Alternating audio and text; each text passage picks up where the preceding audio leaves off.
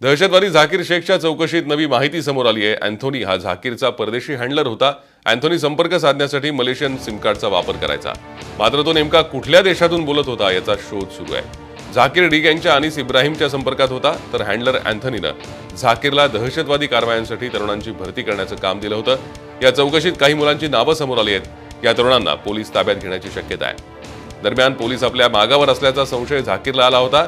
त्यानंतर त्यानं रिझवानला त्याचा मोबाईल नष्ट करण्यासाठी दिला।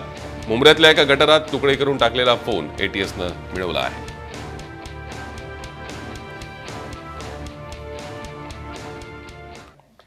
पंतप्रधान नरेंद्र मोदी आजपासून अमेरिकेच्या दौऱ्यावर जाणार आहेत। दौऱ्यात पंतप्रधान मोदी आणि अमेरिकेचे अध्यक्ष जो बायडेन यांच्यात द्विपक्षीय बैठक होणार आहे। या बैठकीत व्यापार, गुंतवणूक, संरक्षण आणि सुरक्षा या मुद्द्यांवर चर्चा होण्याची शक्यता आहे। मोदी बायडेन भेटीत मूलतत्ववाद, दहशतवाद यासह प्रादेशिक प्रश्नांवरती चर्चा होणार आहे। अफगाणिस्तानातील घडामोडींवरही या बैठकीत चर्चा होणार आहे। अमेरिका दौऱ्यात पंतप्रधान मोदी अनेक बड्या अमेरिकन सीईओंना भेटणार आहेत। त्यानंतर ते न्यूयॉर्कला जातील, जिथे संयुक्त राष्ट्रांच्या आमसभेत त्यांचं भाषण होणार आहे। या दौऱ्यात त्यांच्यासोबत परराष्ट्र मंत्री एस जयशंकर, परराष्ट्र सचिव एस एस श्रींगला आणि राष्ट्रीय सुरक्षा सल्लागार अजित डोवाल असणार आहेत।